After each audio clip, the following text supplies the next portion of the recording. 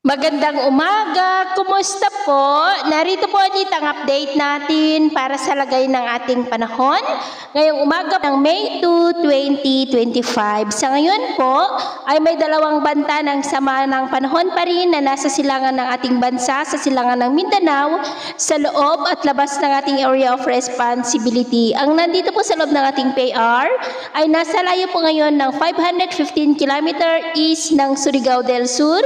Bumaba na po ang tsansa niya na maging bagyo, habang ang nasa labas naman nating area of responsibility ay nasa layo po ng 1,600 km southeast ng Davao Region, at hindi pa rin inaalis ang posibilidad na lalakas yan bilang bagyo sa susunod na mga araw, at posibleng tatawagin yan sa local name na Bagyong Auring kung hindi po yan malulusaw. Pero paalala lamang po na posible pa na magbago ang forecast na ito, kaya patuloy po tayong mag-antabay sa mga susunod na updates, at ito ang pinapakita ng forecast model natin pong ginagamit hanggang po sa susunod na 2 linggo. At sa lagay ng ating panahon, ngayong madaling araw ay maayos ang panahon sa malaking bahagi ng ating bansa, pero may tsansa pa rin ng mga isolated rains sa ilang bahagi ng Santa Ana, maging sa southern part pa ng Cagayan, ilang bahagi ng Isabela, La Union, Benguet, Quirino, ilang bahagi ng Pangasinan, Zambales, Polillo Island, southern part ng Quezon, Marinduque, Legazpi, Sorsogon, Romblon, Palawan, Capiz,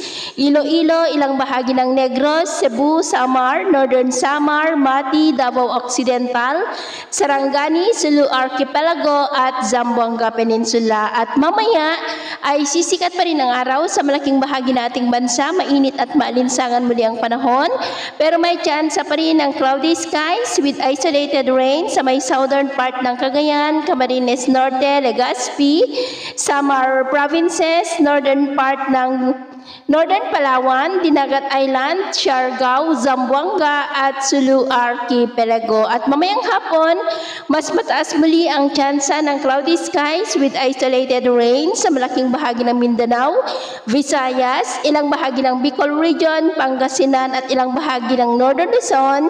Kaya kung lalabas po tayo sa ating mga tahanan, ugaliin naman po natin lagi ang magdala ng kahit anong panangga natin sa init ng araw, at proteksyon na rin po sa mga biglaang buhos ng ulan. At sa atin naman pong mga baybayin, wala naman po tayong nakataas na namang gale warning signals, pero ba yung pag-ingat lamang po kung papalaot tayo para po mas makaiwas sa mga sakunang pangkaragatan.